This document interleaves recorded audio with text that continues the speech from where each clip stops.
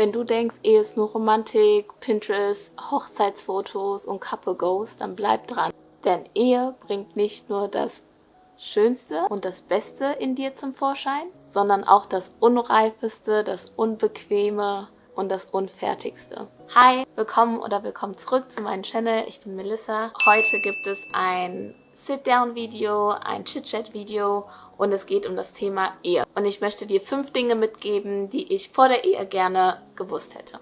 Wenn du also Single bist, verliebt, verlobt, verheiratet, dann können dir diese Gedanken helfen, klarer, freier und auch geistlich reifer in eine Ehe zu gehen oder sie zu leben. Wenn du meine Video kennst, dann weißt du wahrscheinlich, dass ich Christin bin und dass ich Dinge aus einer biblischen Perspektive sehe. Und so ist es auch bei diesem Thema. Aber falls du nicht Christin bist, dann halt nicht direkt weg. Ich glaube, dass du trotzdem einige Tipps oder Gedanken mitnehmen kannst. Bevor ich aber anfange, 2 Disclaimer vorab. Erstens, die Dinge, die ich sagen werde, die sind nicht besonders schön. Die sind nicht besonders romantisch, aber sie sind meiner Meinung nach wichtig, um vorbereitet und nicht delulu-like in eine Ehe zu gehen. Und selbst wenn du gerade bereits in einer Ehe bist, denke ich, dass es hilfreich ist, das zu hören, dass du nicht alleine bist, falls du solche Phasen hast. Der zweite Disclaimer, auch wenn ich dir jetzt alle diese nicht so schönen Dinge sage, möchte ich dir absolut keine Angst machen, denn Ehe ist etwas Wunderschönes. Ehe ist exciting, Ehe macht Spaß, aber you gotta put in the work. Dann wird's auch richtig gut und richtig schön. So, let's go! Punkt Nummer 1. Liebe ist eine Entscheidung und nicht nur ein Gefühl. Ihr wisst ja, am Altar sagt man, ich nehme dich als mein Ehemann und verspreche, dich zu lieben in guten wie in schlechten Zeiten. Das sind nicht nur leere Worte. In der Bibel heißt es auch, liebt einander. Das ist auch kein Vorschlag, das ist ein Auftrag. Es heißt nicht, liebt einander, wenn ihr euch danach fühlt, sondern liebt einander. Das heißt, Liebe ist treu, auch wenn du enttäuscht bist. Liebe vergibt, auch wenn der andere stur bleibt. Und Liebe sagt, ich bleibe, auch wenn es schwer ist. Frag dich also nicht nur, ist er romantisch genug, sondern bin ich bereit zu lieben, auch wenn nichts romantisch ist. Sei dir dieser Aufgabe und dieser Verantwortung bewusst. Der nächste Punkt ist, es ist nicht sein Job, dich glücklich zu machen. I gotta be honest, es gab eine Zeit, wo ich dachte, happy wife, happy life, mein Mann muss mich glücklich machen, aber das, was die Gesellschaft so sagt, ist oft nicht so das Richtige. Denn es ist unfair zu sagen, dass dein Mann verantwortlich ist für deine Happiness. Das ist eine Last, die niemand tragen kann und niemand tragen sollte. Du solltest deinem Partner also nicht diese Last aufbürden, für dein Glück verantwortlich zu sein. Es wird auch nicht können und es wird auch nicht gesund für eure Ehe sein. Und aus der christlichen Perspektive der Zusatz, Glück kommt von Gott und nicht vom Menschen. Also such auch nicht in deinem Partner etwas, was nur Gott bewirken kann.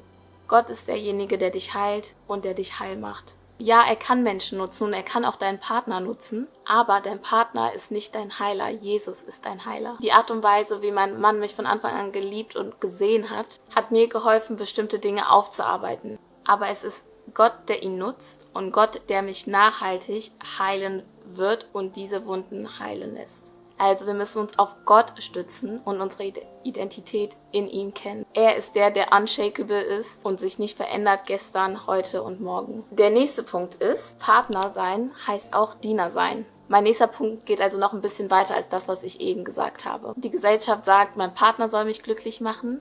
Aber Leute, I think one big key in Ehe ist, wenn du dir selbst die Frage stellst, wie kann ich meinem Partner dienen? Es geht also nicht darum, dass der eine den anderen glücklich macht, sondern um gegenseitiges Dienen. Mir persönlich fällt das auch manchmal schwer. Ich unterschätze oft, wie wichtig es ist, in Ehe sich selber zurückzunehmen. Ich musste lernen, beziehungsweise lerne es auch immer noch. I need to die to myself. My flesh has to die. Mein Stolz, mein Selfish-Sein, it has to go. Und wenn ich mittlerweile merke, dass ich wieder nach meinem Fleisch gehe, so nennt es die Bibel, und ich mich nur beschwere und es nur darum geht, dass alles nach meiner Nase tanzt und springt, versuche ich, meinen Mund zu halten und ich gehe viel mehr ins Gebet. Ich bete für meinen Mann, nicht gegen meinen Mann und das bringt echt einen Shift in die Ehe. But I'm telling you, it's not easy.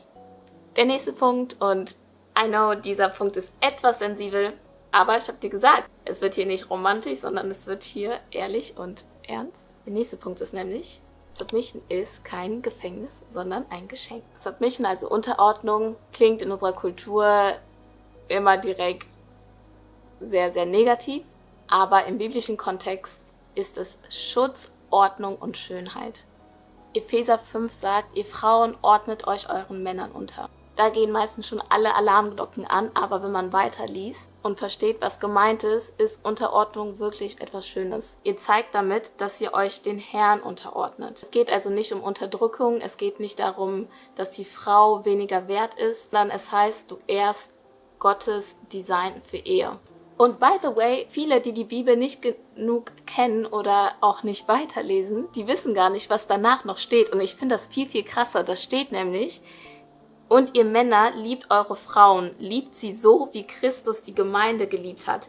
Er hat sein Leben für sie gegeben. Jesus ist gestorben für uns. Jesus liebt uns bedingungslos. Diese Verantwortung, die dein Mann für dich tragen soll, ist noch viel größer als das, was wir als Frauen tun sollen. Dieses ganze Miss Independent, keiner kann mir was sagen, Mindset. Lasst uns das ablegen.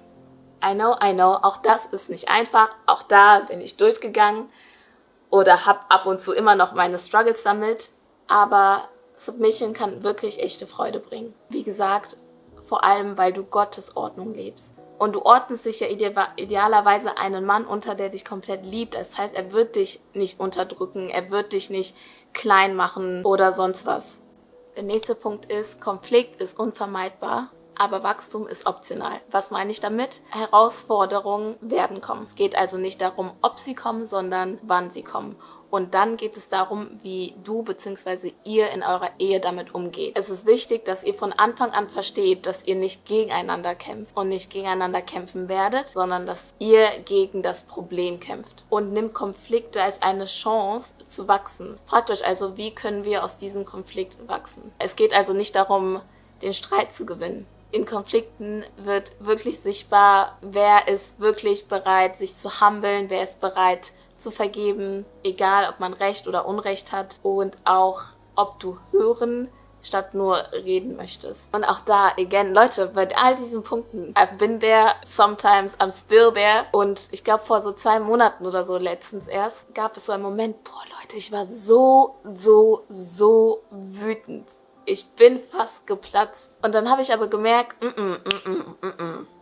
we're not going there, weil ich wusste, wenn ich anfange zu reden, werde ich ihn verletzen und ich werde Dinge sagen, die ich nicht sagen möchte und I don't want to go there. Also habe ich alles, was in mir überhaupt drin war, genommen, um wirklich innezuhalten und zu beten und erst dann zu reden, als diese ganzen ganz hitzigen Emotionen weg waren und ich bereit war, auch ruhig zu sprechen und auch zuzuhören. Also Konflikte können wirklich Spaltung bringen, aber sie können auch verbinden. Lasst sie nicht einfach vorübergehen, kehrt nicht einfach direkt immer alles unterm Teppich, sondern wachst gemeinsam. Bleibt demütig, liebt einander und wenn nötig, dann holt euch Hilfe. Und zum Thema Hilfe holen ganz kurz noch, wenn du dann zu einer Freundin gehst und du dich nur auskotzt und so weiter und deine Freundin ist nicht für eure Ehe, sondern bekräftigt dich nur, dann passt ein bisschen auf, weil auch da kann das wieder dazu führen, dass